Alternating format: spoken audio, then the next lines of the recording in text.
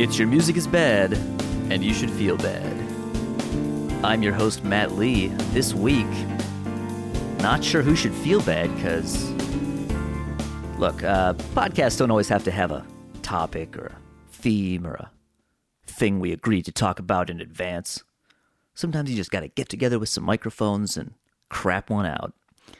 This week, I took the podcast up to Jamie in Washington Heights, and we crapped one out real good.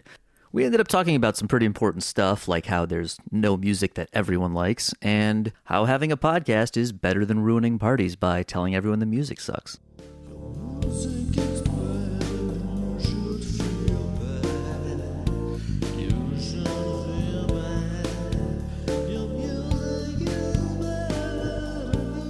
Let's just, I hit record.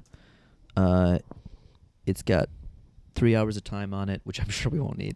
But yeah, let's just, you said you got some questions or some stuff you want to talk about. So let's maybe start with that and see where we go. Welcome to my apartment, Matt. Thank you, Jamie. It is lovely to be here.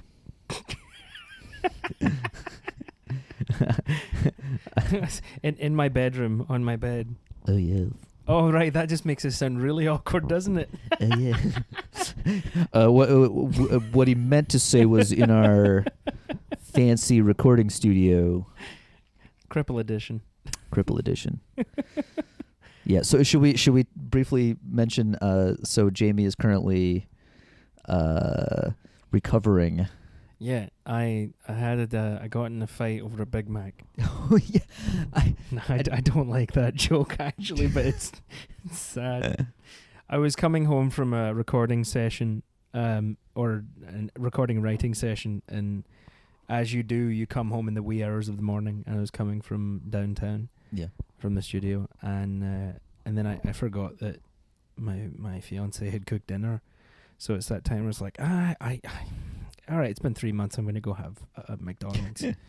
And then some drunk guy came up to me who is like half my height, clearly with a complex, and decided that we were going to do this. Really? Yeah. Wow. So I hit the guy and then proceeded to, once he went down to the floor, try and order my sandwich. Not a good idea. So he got, long story short, he got me. Now I have like 7 pins in a plate. So I'm crippled, guys. I'll walk again in January. Yeah, you'll be back. So Matt visited me. Now we're doing the podcast. Yes. So I had questions for you. There's a lot of things that you get up to in your music life. Mm-hmm. And, one of the things that you always attend is NAMM and then also Prog Power. And one of the things that I saw you commenting on Facebook was about Prog Power and just, a bunch of expletives and exclamation points like pricing. Okay, so I cannot tell the complete story right now. Okay. Because I pissed some people off, and that's always a good thing. I mean, it almost turned into like a thing that would have been a major podcast deal. But because, oh man, I'm trying to figure. Well, I can always edit this later, so I could just tell you the whole fucking story and edit it down to whatever I want. A simplified version. I really want to tell I want to tell you the real story. I'm sure you're going to over drinks later. Right, but I'm trying to decide what I shouldn't say on the podcast.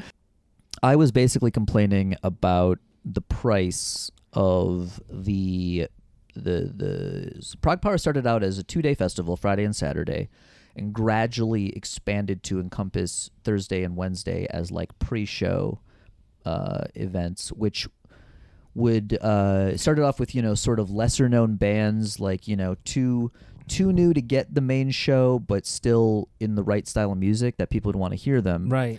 And well, I mean, it's pretty much like a Comic-Con sense of progressive music, in the sense that you not only hear bands perform, but there are probably booths to meet them and get signings and things like that. There are signings. There's a merch room. Did they bring guitars there as well to like feature for the guitarist people, or is it more just no, about it's not the music? Quite. Yeah, not quite that level, but there's like a vendor room, which is not quite as pumping as it used to be because less people buy CDs and stuff. Right.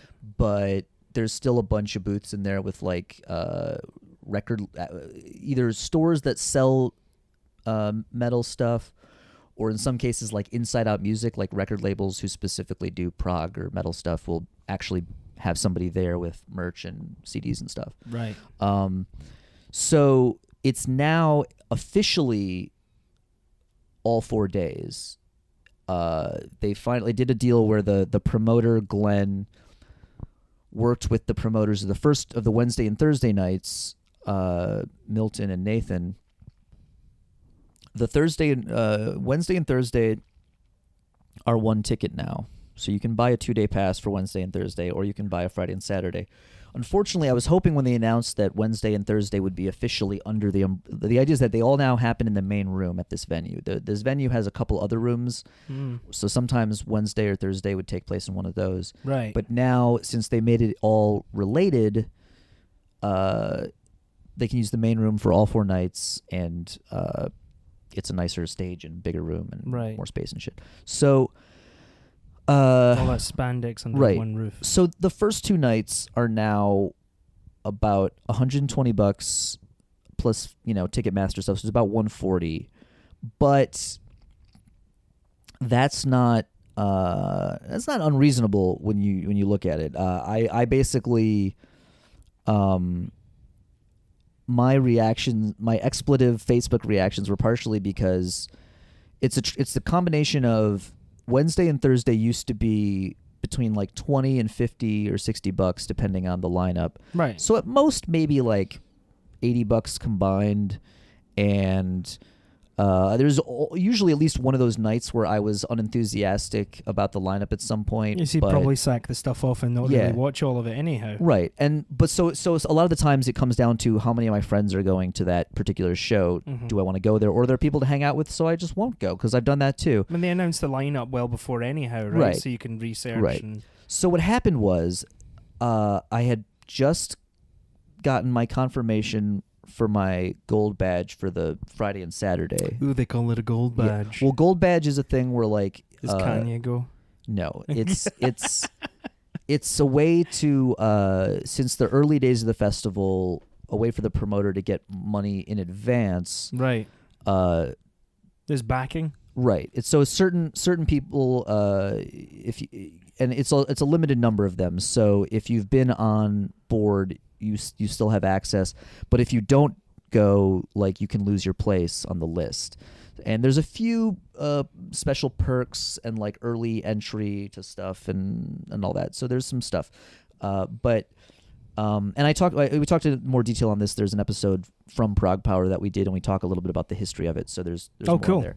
But basically what happened, I was like so shocked because I was like, I just got I paid for that thing, and then I had spent all the rest of my money because it's like November and it's Black Friday and like holiday sales, and so it's just like a good time of year to buy all your stuff. Yeah. So I had spent all this money, and I was basically like in my now I just don't spend any more money for like the rest of December mode.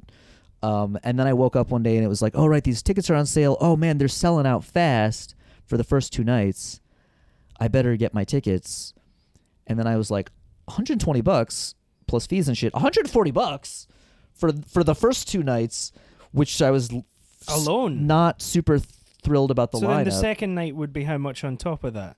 Well, the first 2 now would be $140, and then the public price for the other 2 is probably about the same. It's probably about the same price now for the first 2 nights as it is for the. So now it's $280 bloody dollars. Right. So the Wacken Festival is less than that. Right. Well, okay, but here's the thing: you do have to consider that it's always been a festival that is so specific that it requires more funding to make it happen. Because it's a smaller, close-knit thing. It had opportunities to grow. It's like the hipster genre, basically. Well, kind of, but it's instead of hipster, it's prog, right? It's just it's a niche, right? It's prog people. They're gonna get bands. There's always some exclusives, some bands that you can't see anywhere else because they haven't played in the States before, right? And that used to be a super big deal. But the thing is, Now it's more like, partially because of the festival, so a lot of the bands that started off as exclusives now do regularly tour in the U.S. But a lot of the newer bands are sort of more like prog and power metal that's newer and, in my opinion, kind of sounds a lot like all the previous stuff. And so you start to get into that whole like, well, it's prog, but it's not really progressive and all that kind of thing. But anyway, the point is, I got lots of opinions on the festival and the bands and everything, and I post them fairly regularly. In this particular case, I posted something. I posted whining about the prices. I didn't tag anybody. So one of the promoters, he promotes a lot of shows I do like. So he's, and again, he's heavily involved in the prog scene. I recently added him on Facebook. And then I was like, should I though? Because I tend to criticize his shows because I go to them, and that's what I do. I go to a show, and then if I have critical things to say, I say them to people. You're allowed to. You're entitled. Exactly. And like I said, there's this weird, which especially seems to have taken hold in the prog power world a little bit. The idea that criticizing music is, you have to be very, very careful, very, very specific about how you say things so you don't hurt anybody's feelings, and so that it's very clear that it's your opinion. But the thing is, there's multiple problems with that. One is that the whole like, well, it's your opinion. Like, yeah, music is subjective, but there's also objective elements. So you're always stating some combination of your opinion versus your informed opinion, hopefully, versus your musical knowledge. That can be verified because the notes in the music, you can write them down and they mean the same thing to other people. And, there's certain things that there's reason to discuss music, right? So like if it was all just like everyone's opinion was completely separate and unrelated and in a void, then sure, we could all just be like, well, it doesn't matter what anybody thinks about it because it's all our opinions and let's not even talk about it. And that would be nice, but that's not the world we live in. And it's also based upon marketability. And right. That's the whole point. And the reason I think we need to talk about music more and we need to be more critical is because a lot of this weird atmosphere of let's not say bad things about it because, somebody likes that and somebody makes it and they're passionate about it. And so you shouldn't ever say anything bad about it. And the problem is that's also like the same argument that people use to justify the terrible pop music that everybody listens to. And it's also why it's so popular is because it's so like bland and inoffensive, right? So the point is that like half the reason we have this podcast is so we can be like, it's cool. You can not like music and somebody else can like it and they can still enjoy it and it's fine. Like they don't have to listen, they don't have to agree with me. They don't have to stop liking Fred Durst it. Is my hero. Yeah, like they don't like not. Some people really like Limp Bizkit and some people are there's like a new thing now where some people are genuinely like, say what you want about Limp Bizkit, but like they got a lot of people into heavy music in the 90s. Like, yeah, they got a lot of people into really bad heavy music. And well, I mean, like Limp Bizkit, I mean, I wouldn't sit and listen to an album, but if someone randomly in a bar put on break stuff, I'd just be like, hey, it's that song that I used to listen to. I like this. This is cool. I wouldn't put it on repeat like most of the albums now that I have like daily going on through my apartment. Yeah. But, I like that and like Korn. I like listening to Korn and some of the stuff they've done. But generally an album back to front I wouldn't listen to anymore because my musical tastes have changed. That's the other thing. People's musical tastes change as they go. Yeah, exactly. But, they're talking about the music and music and art, music in an artistic sense being subjective. It's something that is similar to people who, I don't know, for example, people who go to college and have never had a job at a high school and then they come out and then they expect that they can just get something like that. You know, it's like I was telling you earlier that I listened to that interview where Misha Mansour was doing a clinic the night before at Anderton's in the UK, and then he was doing an interview with the captain and he was giving a lot of this advice to people who were like, oh, you're a pioneer of Djent, they consider you that. And he's like, I don't really like that, I just consider myself a musician that does it for me liking it, People have always said, you have to be original. No, you don't. How about you just write music because you like writing it? And if other people like it, then great. One of my icons, Josh Homme, and Trent Reznor as well, for example, they've always said that it's like, you write it for yourself, and if people like it, hopefully you can make a living off of it, and you're just kind of lucky or blessed or whatever you consider your stars to be, as far as that goes. So he was talking about, just writing the music for the sake of like writing it because you enjoy it, right? And then of course, as I was saying before, Trent Reznor and Josh Homme, the same thing. Like it's just cool that you have people that really enjoy your music. Yeah. Of course, realistically, you want to try and fall under the confines of, yes, your music is original and people enjoy it because of that, and it's like something special and unique. Yeah. But generally speaking, you just kind of have to tend to not give a crap about what people say. If it's like an overtly, terrible thing, like if you could, let's just take Fred Durst, for example. The reason that like he and Limp Bizkit get like such a rap is because Fred Durst does certain things. He does certain things that do not garnish a popular opinion of him so much anymore. Yeah. Maybe not even in those days, Yeah, no. Like, Well, they definitely did do some great things. It's like Jonathan Davis. He's a guy that hasn't necessarily done terrible things to garnish people's hatred. Yeah. It's just a type of music that isn't as prominent now. So. Right. And I think it's clear that Limp Bizkit came about. They kind of came about in the wake of like Korn's popularity, and and so it was appropriate for the time, and they were friends. Yeah, and it just so happens that the version of that kind of music that came out of Limp Bizkit was like, I just see the cogs like spinning, so you're not like going to say something terrible. Or... Well, like I'm trying to think of a better word than like. It's similar. It's just a shittier version of what Korn was doing. But it's not just a shittier version. It was also like it's like Durst in particular. A lot of people are like, yeah, but Wes Borland, and I don't agree necessarily. Well, he was the guitarist, the original one. He's not there anymore, though. Right. It's somebody else that puts makeup on to make themselves dress like they're permanently in Halloween. Right. I don't know who the hell that is. But it was originally Wes Borland. Like what? Originally. The right? guy with the ridiculous. What was he, like a pioneer of biscuit music? The face paint that what genre are we going to call this? Biscuit music? I don't know. Well, he's. What I was going to say was that Fred Durst added more of like the vocal style. Like Jonathan Davis's thing was very original. Fred Durst's was kind of more just like this douche rap persona. Like that was kind of the best way I can describe is like douche rap.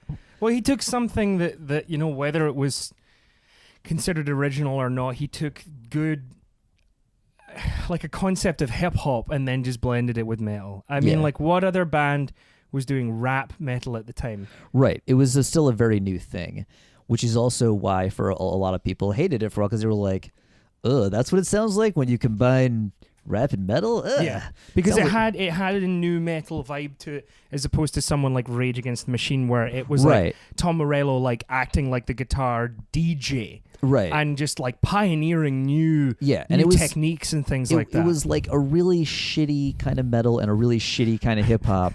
And so you got really shitty rap metal. Fred Durst gets to pop up a lot is when we talk, doesn't he? Yeah. But yeah, it's I totally get what you're saying. People are too. That's what we were likening it to. PC. Right. Like you have to be politically correct with people's music and giving your opinions.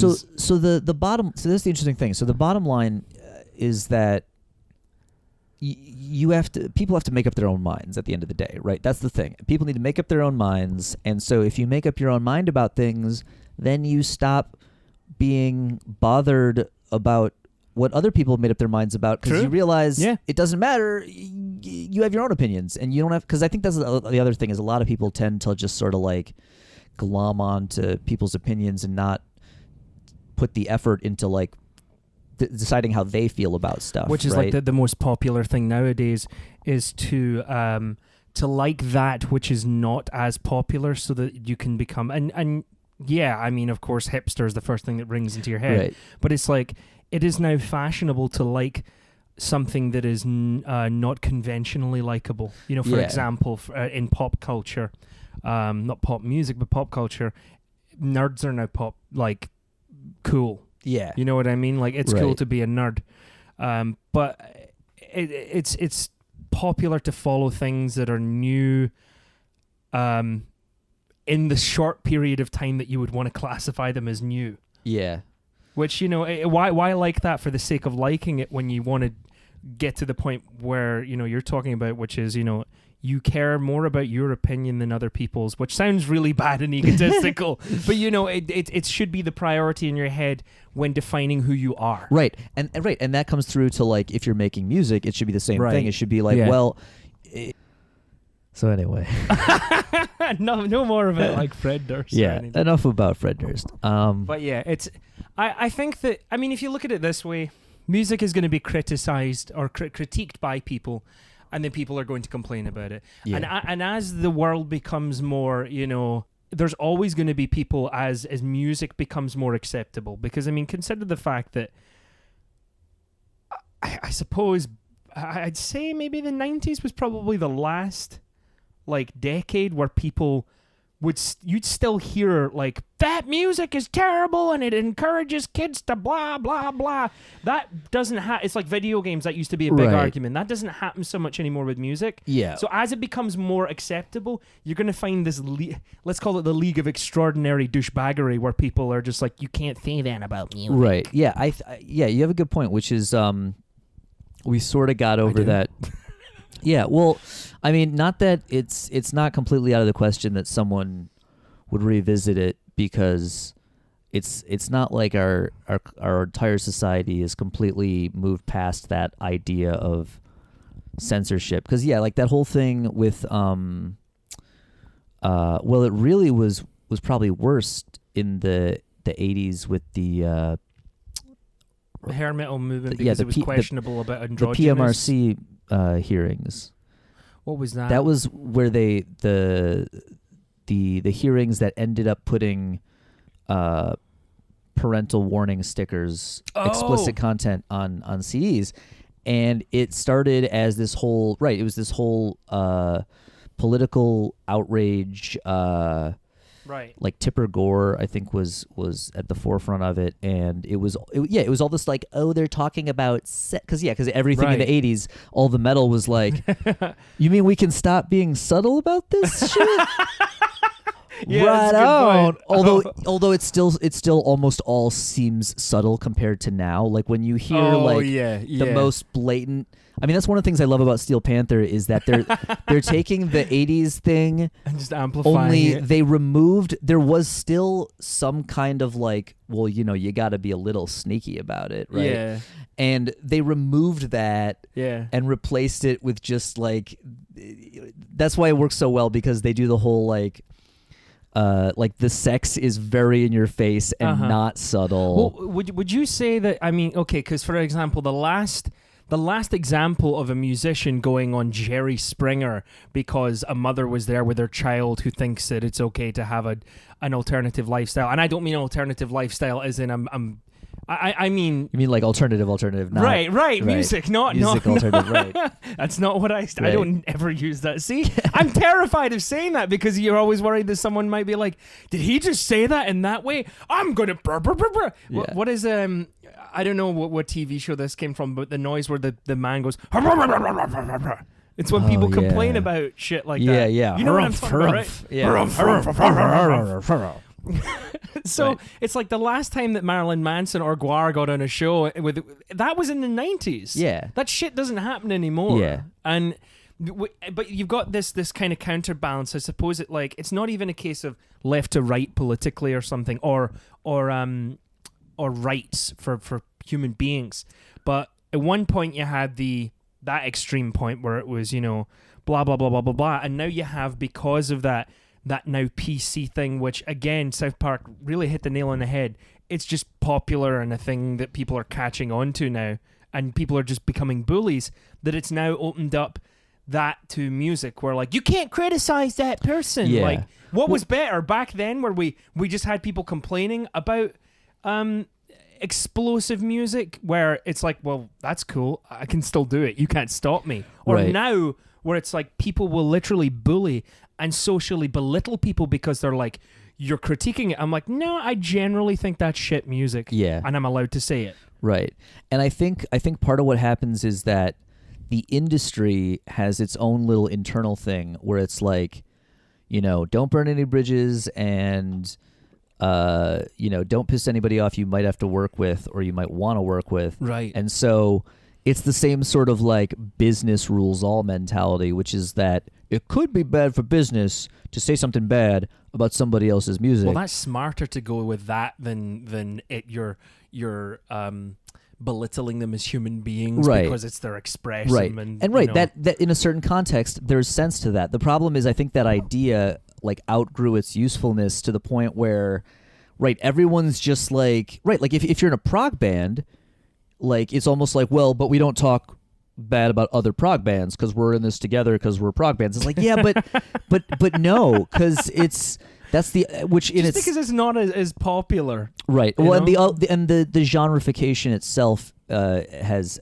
some issues with that, which is that, right, prog bands for a while, it was because it was underground, it was all and I was this way myself, in my early 20s, where I was progressive rock and metal is the shit, and it's more complicated, so it's better. Right. And I remember that. I mean, that's a look that I'm sure every musician has had at some point, where, particularly guitarists, where the douchebaggery or the douchebagometer hits level 5, or it's breaking the glass, where you're right. More notes means better music, and right. it's no. But the problem is, what happened then is that they were all so well, prog's better, and so, I mean, the positive side is there is some fairly tight-knit community. The prog power scene is like that. There's a lot of people who've made friends there, and so they know okay. And if you see someone with and this is metal especially too, more so than prog. Metal has always been very much it's a brotherhood, and it's if you see somebody with a metal shirt of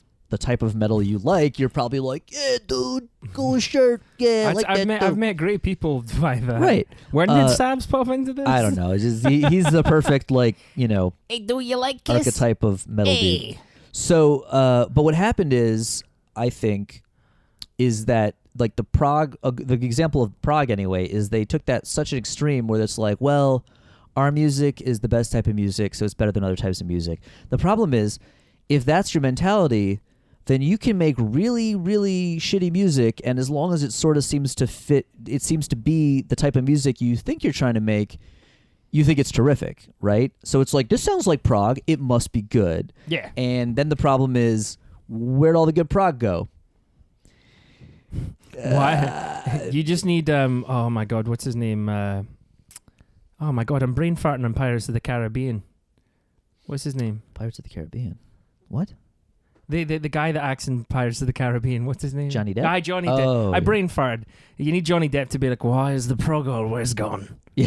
I think that'd be a great t-shirt. Yeah. Have Johnny Depp's face on it. Yeah. Why is the prog always gone? Copyright. No one do that. Someone make a meme. Someone. Yeah, yeah.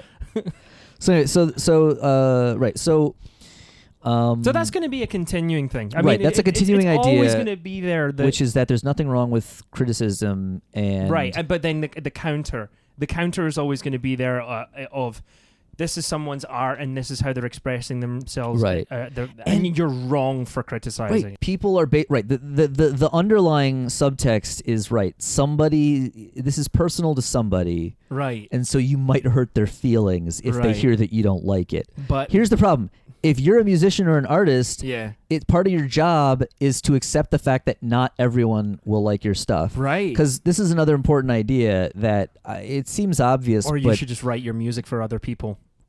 Yeah, I mean, I right, and you and I hear the agrees. the jingle business is flowing. Yeah, exactly. Right. So it's like the idea is right, you got to make your music that you want to make, and then you have to accept that not everybody is going to like it. Right. Because a very important thing I came across, which again seems super obvious, but I think it's important, is the idea that not everybody.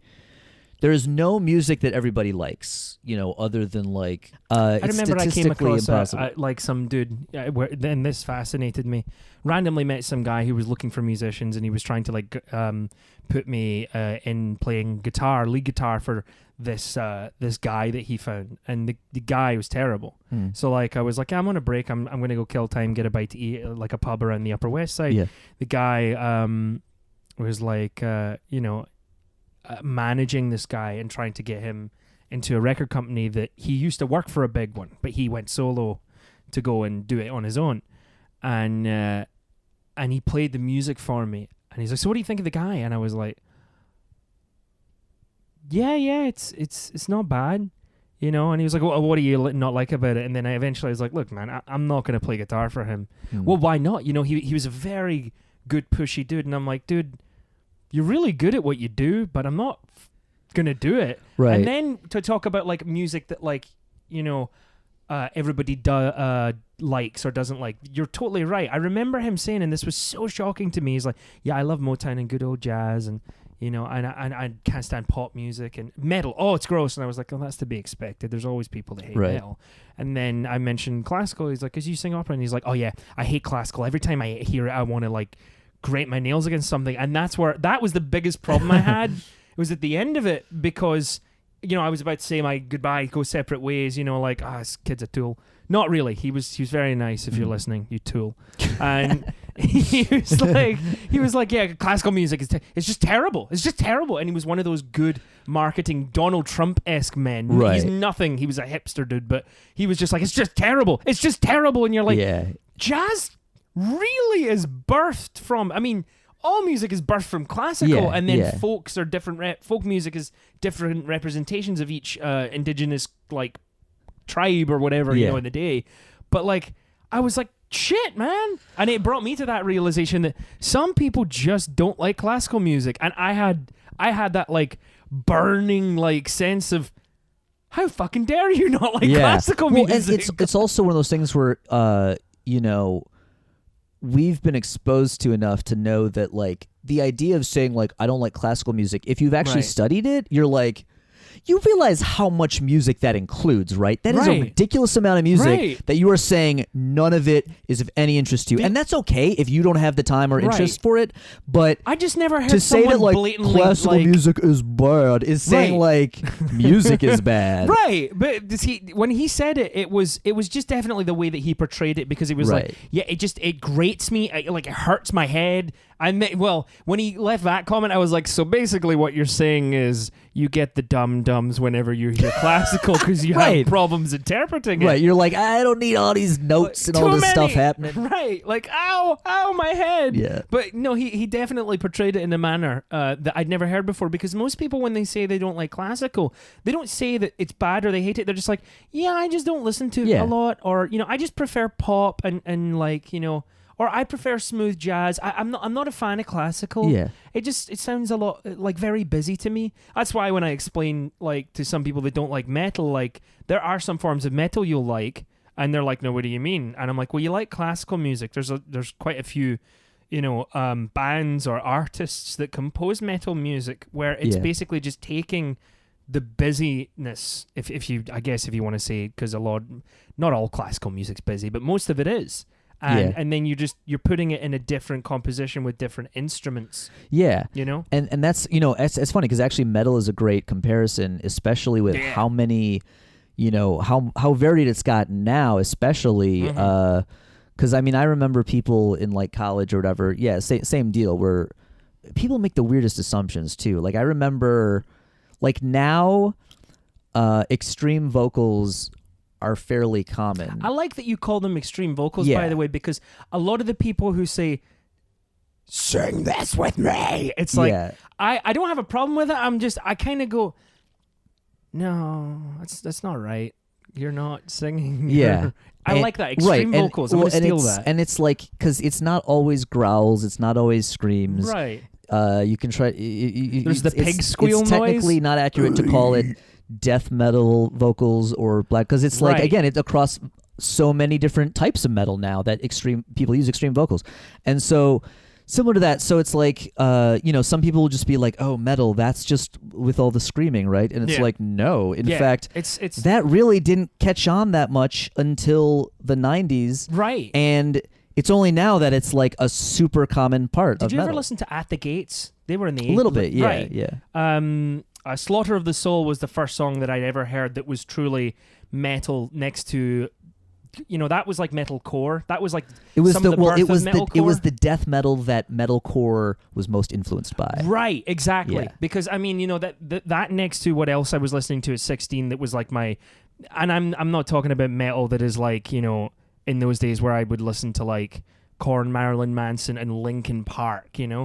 because they all kind of just went into, that was the music you listened to. This was 11 years ago. Yeah. And so, I would listen to like Cradle of Filth alongside At the Gates and Arch Enemy. And this is when Arch Enemy essentially were, about putting on the paint and dressing up with the spikes next to Cradle of Filth. Now, even let's just say like the last few years of Angela Gossow, they weren't about that. Yeah. It was about the music. Yeah. And I'm not saying that they were posers earlier on.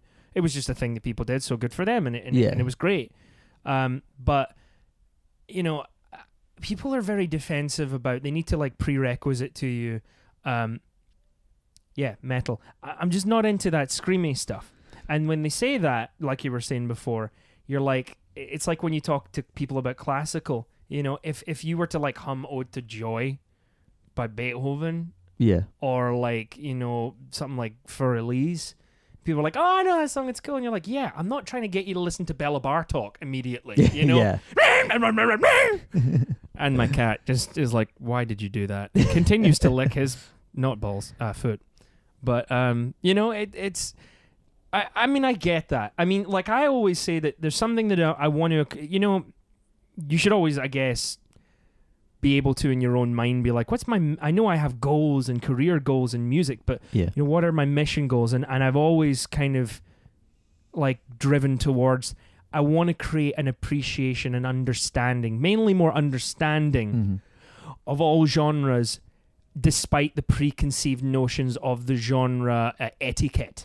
Yeah. Because, for example, like I love opera. I love singing it. I love performing it. I love getting my hair cut and looking more angelically chubby like, as opposed to, hobo like now. Yeah. I put that down to the leg. But, at the end of that, telling your colleagues, I want to go see the Chunk No Captain Junk show, or Parkway Drive, or Periphery, or Meshuggah, or Mastodon, and those kind of shows. And then have my colleagues in opera be like, oh my goodness, what is that?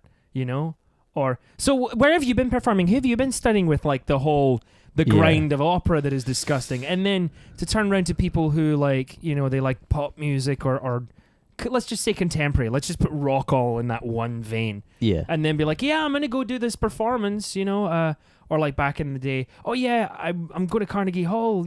Do you want to come buy tickets and blah, blah, blah. And then have people that are just not as versed in like all of it, or have an understanding as opposed to appreciation. Yeah. Be like, oh, that's bollocks. That's a load of shit. I realize in that mission statement that I have for myself to try and send that message out into the ether throughout my life musically. Yeah. It's going to be more of the understanding as opposed to appreciation, because not everybody's going to like it. Right. And that's fine. Right. I just want people to understand that, it's okay rather than say that. But arguably, this kind of puts in that point that we've been driving earlier on, which is, you can't say that about somebody's music. Yes, you can. Yeah. I'd strive to get people to understand it, only because there's been such hate for certain types of music that is unfounded. Yeah. That it's not like I want you to love Coldplay, Matt. Right. I want you to love Fred Durst, Matt. Right. Well, and like we said, like anybody who's into metal has experienced this, because anyone who's into metal has met somebody who told them they didn't like metal, and you're like, sure, whatever, of course not. Right. But nowadays you say that somebody has always said it in a way where you were like, yeah, but you clearly haven't like heard enough to really be that like determined about how much you dislike it. Though, right? Because there's so many subgenres. Right. We discussed that. Right. So it's one thing, and again, I'm not into nitpicking how particular people talk about things, whatever. But part of it has been my because you don't care. Right. And because I realized I was the one wasting my time trying to have some of these conversations and differentiate, where it's like, for example, especially with the whole like it's your opinion thing. Like what I realized at one point is like, of course it is. It came out of my mouth. Like, of course it's my opinion. Regardless of how I As state opposed it. to a fact, this morning I got up, drank a coffee, and took a shit. So if it's really just a matter of me saying like, in my opinion, then like I could do that. But then I'm just wasting my time saying in my opinion all the time, just to make people like more open to listening to the ideas I'm trying to get across. And sometimes it's not a matter of it's a scale. It's not like opinion versus fact. It's that sometimes it's an opinion, sometimes it's a very subjective personal opinion. Yeah. And I try to, be verbal about the difference. But sometimes it's an informed opinion based on music education. Right. And we don't want to waste all our time talking about the difference between those, right? We don't want to waste all our time saying like, well, this is my opinion, but this is an opinion based a little more on things that are verifiable, and then this is completely based on objective information. And especially if you know a person, then it's more apparent. I mean, it's not as pointless as phrases like at this time. I mean, I've always found this to be, in American culture, really funny.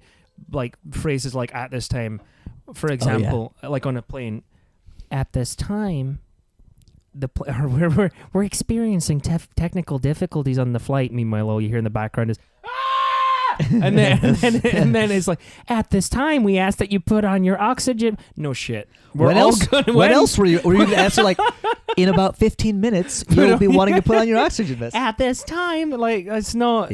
It's not there's no point to that. So that small amount of time that you've taken to say at this time really could have been better spent. You know, if you add up all the times in your life you said at this time, I'm sure it's part of the spiel and they have no choice, the shtick, but like, and it's probably just, a colloquial, polite way to say it, as opposed to other languages like in Spanish or French where there's a polite way to say something. In English, it's right. But it's not like that professional, where you have to say, in my opinion. Right. Generally speaking, it's like if you're comfortable around somebody, especially if talking about music, you don't have to say that. Right. And it's right. It kind of comes down to like tact and context. Yeah. Which is right. It's the same. It's why some of that makes sense. Like you don't want to just go around telling every single person you're 100% uncensored opinions on things. No. I mean, some people do. In fact, look what happened to Paula well, Dean. you met Rich. And part of the reason he is so great to have on the podcast is that he is extremely open and vocal about his opinions. Right. And it's part of his personality, and it's the type of friends he makes. Is people you don't hang out with him, or you don't become friends with him if you're put off by people stating strong opinions all the time, right? Yeah. Right. You just but he's fine with like filtering that through his personality. I've always been more of a like, well, look, if you don't like, you clearly. I try to feel out whether somebody gives a shit, right? I don't, and this is the thing I was going to mention. You always have a friend like that, though. I have friends like that, and I love them. Exactly, and sometimes I'll be that friend, but I in certain contexts, you know what I'm saying? Like you're not in my group of friends, right? No. Well, but it's because I'm my thing is that, and I was trying to find the way to like say this on the podcast. Part of the reason I have this podcast is so that I don't go to parties and ruin them with my musical opinions. So you should If definitely somebody- preface it with, just to be clear, at this time, in my opinion. Right. Like if somebody wants to have a conversation about something, or there's like a conversation going on about music, I'll jump in and say my thoughts on it. But I feel it out, and I'm not just like I literally don't go to parties and be like, oh, you're playing this song by The Weeknd? I don't understand why everyone thinks he's so great. Allow me to elaborate more on how overrated The Weeknd is. I'm not like going to parties and ruining them, and like I understand social context, and so Yeah, I mean, and again, the bottom line especially is, if you want to be friends with those Right, people or have right. further conversations with them. right, and I don't need everybody to know my opinion, and I don't need everybody to know that it's better than theirs or whatever. Like it's not, Which it clearly is. which it clearly is. But I understand not everybody Oh, needs God. to be told that. So speaking of opinions, Yes. I'm gonna start with a nicer one and then fade into the other. What's your you like Periphery? You've talked to me about them well, before. You prefer them without the singer. I know that we got that. right. But I like the first album. And ditto. I'm surprised that not more people also like the first album more, because we discussed before, in short, that in that Misha Mansour interview Mhm. with the captain from Anderton's UK on YouTube, check it out.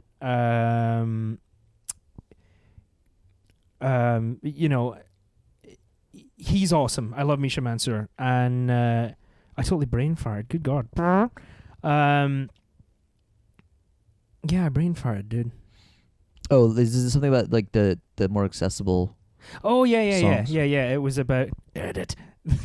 It was about how like Alpha, the album, Yeah. which was a 2015 release, and then Omega was as well, I guess. People find that more accessible, but I find the first one like a lot more accessible because I don't know, I appreciate them for their the guitar. Really, I appreciate them for their song structure, not their vocals, which is weird as primarily as a vocalist. But it doesn't mean I'm dogging Spencer. I love the vocalist. He's Yeah. awesome. I just care more about the other instruments in that particular band. Yeah. And as he said, the last album he was like thinking more as a composing with room for vocals, as opposed to, here I wrote this album in my basement. We're at the Yeah. end of it. Now just write vocals so for just him. sing wherever you want Yeah. or wherever you can. Good luck. So Yeah. I mean, you were saying you also preferred the first album. Like, what Yeah. are you thinking about the latter Well, ones? I mean, part of it is that I honestly think. I'm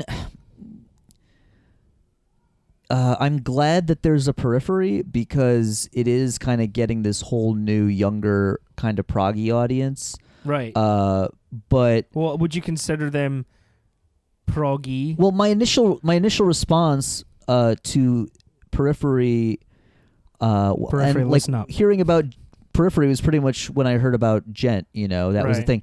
And my whole thing with Djent was like, this is just like a certain kind of prog metal. Like, it's just a Yeah. more Meshuggah-y prog metal. Yeah. Why does it need a new name? Mm-hmm. And then I realized as it went on, and I listened to more Djent bands, that actually they weren't that progressive, because only a handful of bands were like progressive Djenty. But then there were these Djent bands that were just Djent, and they just kind of like followed a formula and weren't actually progressive in any way, not even in the sort of like reduced sort of Right. quote unquote prog way. Yeah. And so then I was like, oh, okay, this is never mind. Because at first I was just like, it's an unnecessary genre, it's just a different kind of prog. But then I was like, oh, no, because a few of the bands are kind of proggy, but most of them just kind of went with this like. Well, it's like Djent. Yeah.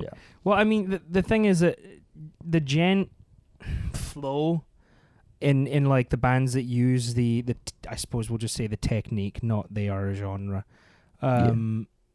They flow in different senses, where like metalcore, for example, which was the primary like of early 2000s and onward for like the next 10 years, the bands would follow influences of hardcore, punk, metal, like traditional metal, new metal, I guess you could say. There's not a lot of like metalcore bands that they took influences from it. They weren't necessarily, But I mean, the metalcore to me was always a lot of the singer could either sing and scream, and whatever manner. Sorry, extreme vocals. Love that fucking term.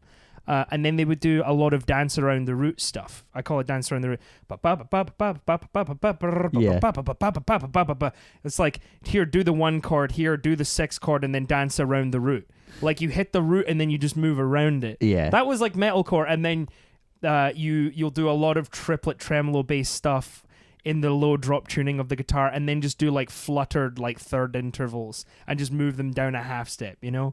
Nerd. But like, that was that. Now, djent, or the technique that is used, like it varies. For example, I consider Periphery to be more djenty than Animals as Leaders. Yeah. Because Animals as Leaders is more focused on like the storytelling composition. Well, and especially, that was the interesting thing, especially their third, The Joy of Motion. Right. They really kind of sort of were like, I think there's like one track on there that's like distinctly djenty. Like, yes, I think it's a Woven Web. Well, I was thinking Tooth and Nail. Tooth and Claw. Tooth and Claw, sorry. Tooth and Claw, he said Tooth that and Nail is a Dokken album from the mid-'80s, and that's why I get confused with it. Tooth and Claw has kind of the most like straight up like djenty, I think, kind of bit to the it. way that he described the when he wrote that song, Tosin Abasi, who we'll get to next, I'm sure. He said that he wrote that just for the sake of having a heavy song on there. That's always awesome. Because he realized it was like a way less djenty album. Yeah. And so he didn't want to completely alienate the other. But the thing is, a lot of people I've talked to, well, it's interesting. I feel like they got a little bit of a swap, which is kind of like how Periphery, I like them less and less, but they seem to be getting more acceptable to a less kind of proggy djenty audience. Mm-hmm.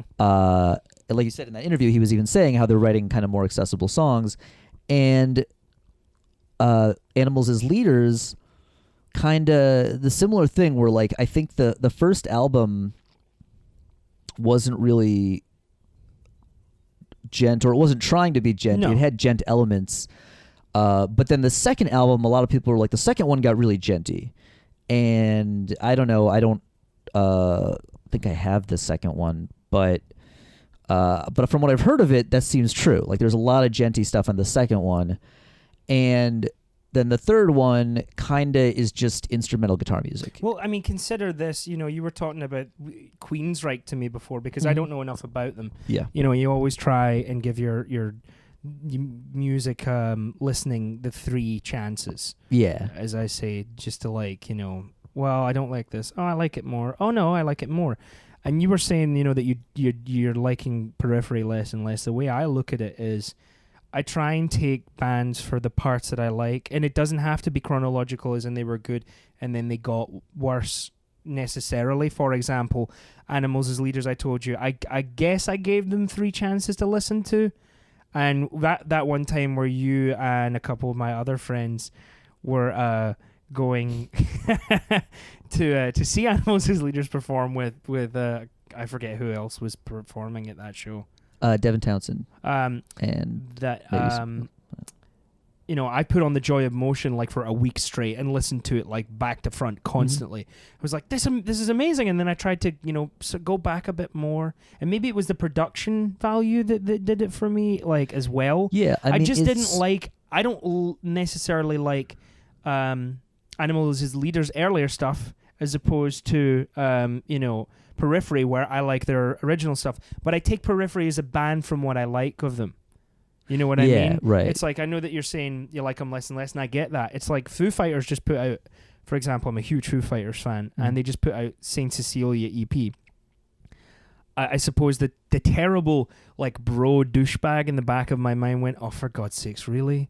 You just pulled like an American Idiot, and what was the Saint song on American Idiot album? Like, oh yeah, I forget. Saint Bollocks. So like now the Foo Fighters have released the Saint Wank EP, and I initially listened to the songs, and I kind of got through them all, and I was like, Now, because I like them so much, I'm trying to PC myself in my head like, Yeah. I really didn't enjoy that shit. You Yeah, know? yeah. But that's okay because bands Right. change Yeah, and you don't have to exactly. like it. Exactly. And I realize that more and more, like, I got a new phone, all my music went off, I listened to other stuff. I, like, circled back to all the 90s Foo stuff that I used to listen to when I first started listening to them, and I'm like, I'm getting more out of my Foo's listening experience, you know? I would suggest that most people try and do that for the music they have, you know? It's like, take something as extreme as Green Day. Dookie. That's a funny word to me, the way Americans say it, because Dookie's not Yes. something that And in my British opinion, people say. The only necessary Green Day album. Right. Now, I am Also? biased because that was the one that I listened. I was like 13 or 14 or whatever, Yeah. or maybe a little older than that.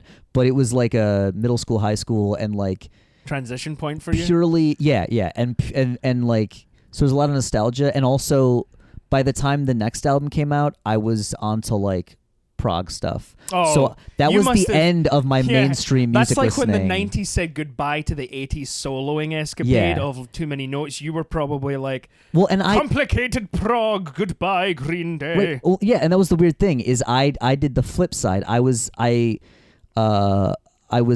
following, you know, fairly mainstream stuff up until my friend Mike introduced me. Well, he introduced me to AC/DC, which kind of got me into like how there's rock, Thanks, Mike. there's older rock that is different than the current popular rock, and Yeah. there's something in it that isn't in the current popular rock. Yeah. And so, and it just got me playing my guitar again because I Yeah. saw this freaking dude dressed like a schoolboy running around like on stage like a freaking crazy person, Oh, wow. and it kind of I've never heard this story about Matt yeah, before. no, It's I cool. don't. Well, it's okay. So I don't share it. yeah, so it's part of my origin story. Wow, I like this. So I already had played guitar, but I was bored or whatever. And I have a shit Who gives a origin shit? story, But- so I like this. Keep well, going. okay, so I saw AC/DC and I started playing guitar again, Uh-huh. and after that I was like, after I spent like a few months just like obsessively listening to AC/DC, I went to Mike and I'm like, all right, man, what should I listen to next, right? Because I was like, because this one was like fuck the radio, and before that I was like Green Day, Weezer, the Blue Album.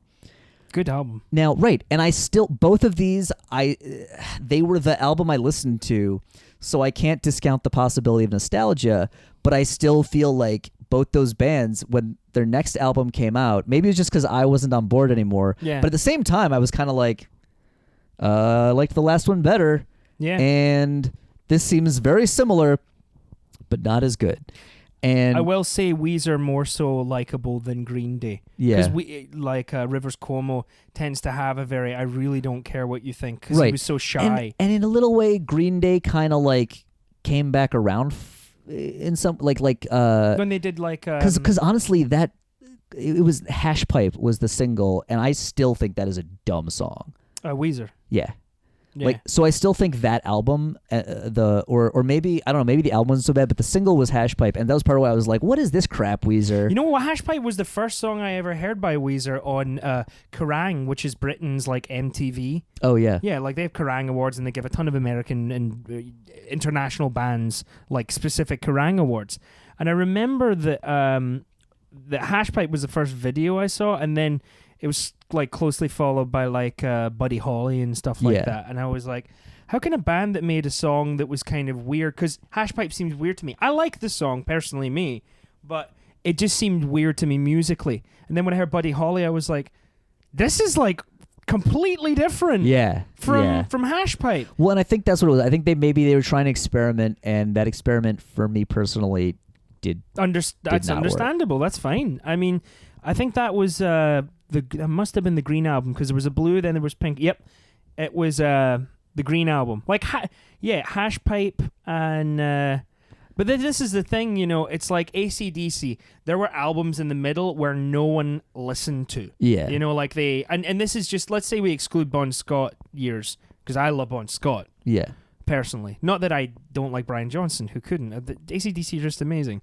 But there were albums in the middle where it was just shit, you know? Yeah. and then you like take one song. Like for example, let's take the Green Album by Weezer here. Hash Pipe is awesome, in my opinion.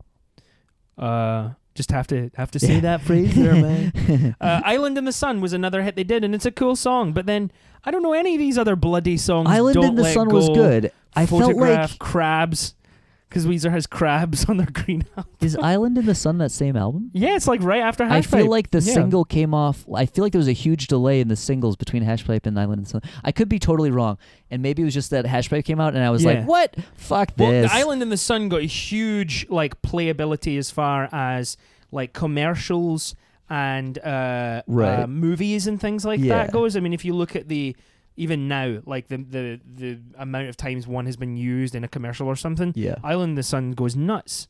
But yeah, there's albums that like AC/DC had like that where it was like, oh Yeah. no, why did you do that? Well, and like I said, there's also the factor that, like I said, I once I got into, so the follow up, so it was AC/DC and then it was Rush, and when he got me into Rush, then I was done. You were I was done? like, radio can suck my. I don't know why you don't work in the guitar department anymore. You liked Rush so much, then someone must have been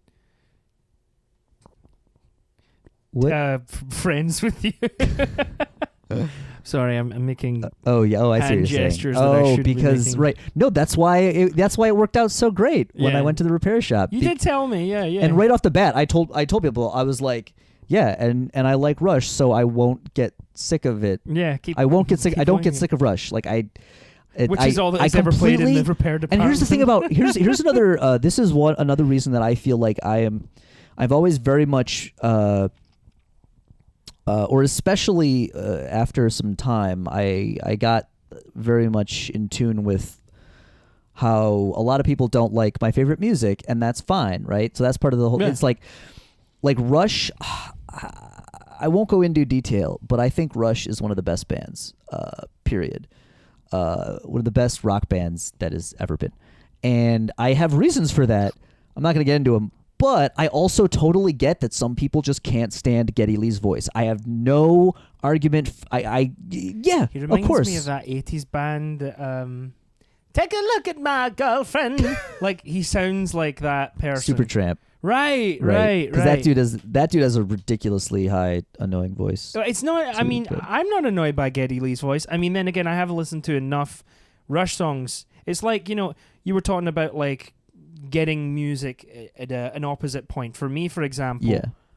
I didn't listen to all the really good classic rock music until I moved to New York and started working for Sam Ash. Oh, Because okay. I have a lot of older generation Yeah. folk who would say, what you gotta listen to, Sonny, is this Right. song by Zeppelin. Yeah. People are like, oh, haven't you got that album? And I'm like, no. I mean, I was raised on like everyone, like the Beatles, blah, blah, blah. I was raised on the Beach Boys.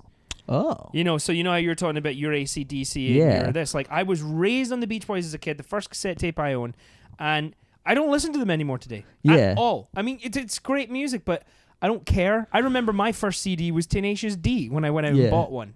Yeah. Well, I had a similar thing, which is that it was interesting because my dad is such a huge Beach Boys fan. He's the biggest Beach Boys fan. Right. And so I was exposed to them a lot early on. But also, my parents are huge Beatles fans. So yeah, so like I have this thing where I similarly consider my like not so much like early classic rock, like 60s classic rock, like Beatles, Beach Boys, that kind of thing. Mm-hmm.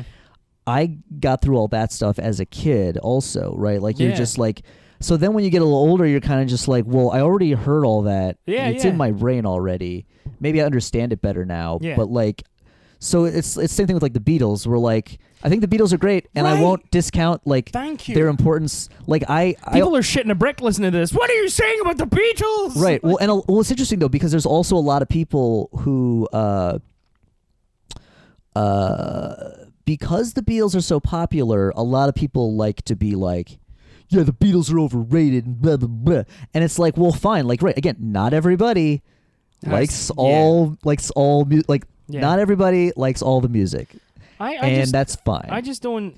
But you can't really get around the Beatles' influence, No, right? you cannot. And Or like Black Sabbath, for and example. I personally genuinely do like the Beatles, to be clear, but I listened to so much of them as a kid Right. that when I got older, like I've come back around and revisited stuff sometimes, and obviously I didn't listen to all of it as a kid, and I wasn't like, I wasn't like a little kid going like, well, but which is your favorite side of the White Album? Because 'cause I didn't even know which one the fucking White Album people was, still right? have those conversations today, and it just Yeah, well, whatever. I'm unfortunately biased in the sense that I lived in Liverpool for 7 years. Oh, So like Beatles mania to me was the most comical thing. oh yeah. It like I would cycle up from like Liverpool's big. I mean, there's a lot of areas, and I would go to a place called Wilton, and I would go from my area of Childwall, and I'd cycle up there and I'd go past Strawberry Fields. To me it was a rusted red gate with graffiti all over it, and then a very shitty unkempt piece of grass that like was just dirt based, and it's like, Strawberry Fields forever. It probably used to be pretty nice, but now it's like, No, well, that's because people would go in the 60s and do a lot of drugs, and then it became very nice. yeah. I don't know. I have no idea. I But don't know. but it's funny to me because like you would see around Liverpool, all over Liverpool, and there was only one of them. So it'd be funny when you see it, you go, oh, there it is, the Magical Mystery Tour bus. And this thing is straight out of the bloody 60s. It's a rainbow-coloured bus with lots of Asian people taking pictures on it. So like I remember one time I was going past there and people were like crowding off of it, and I was like, oh, I have to get off my bike because this is a hill. Ugh, and there's people in the way. Ugh. Fuck you, the Beatles. Like, and I got off, and then the people were like, oh, a picture, and I'm like, yeah, sure, no problem. Like, people would want to take a picture with you, and I would always make sure I'd move over enough, like, so that, like, even if I was just going past, not taking a picture, because I only ever happened once, so that you could just see, like, the graffitis of, like, tits and stuff like that. Like, look at the historical, like, relevance. But the Beatles for me is like, I don't deny their relevance in music and what they've affected people with either. However, I haven't heard them so much when I was a kid. I never really did. I think the earliest song I can remember by the Beatles wasn't by the Beatles. It was Simply Having a Wonderful Christmas Time. God. Right. Somebody Blast from the posted the other past. day, and it was a thing about how I agreed with him that's like the worst Christmas song ever written. Like, I could see or why. at least my least favorite. Right. I actually like to hear it because Well- it just brings back some great memories for me as a kid. Okay, yeah. Like, and I like the song too. I mean, I wouldn't listen to it on repeat, Right. Because it's a seasonal song. You don't, Yeah. I don't know. I mean, I personally sometimes put a Christmas album on in July while having a drink with chums just to like for a laugh. Yeah. But then again, I'll put the My Dick album on like with friends for a laugh. Well, and also my favorite Christmas album is probably the South Park Christmas album. So good. That makes sense. So many good songs. Yeah, not because of you. It just makes sense because it's It's hilarious. Yeah. And it's all the funniest jokes about the season. Like, there's like the Lonely Jew on Christmas. yeah. And there's think- Mr. Garrison's Merry like, fucking Christmas. Merry fucking That's I love why that. I listened Yeah. to it Merry last fucking night. Christmas. I love that one. Yeah, it was that great. and see, this is the problem. I could keep going because it's such a good album.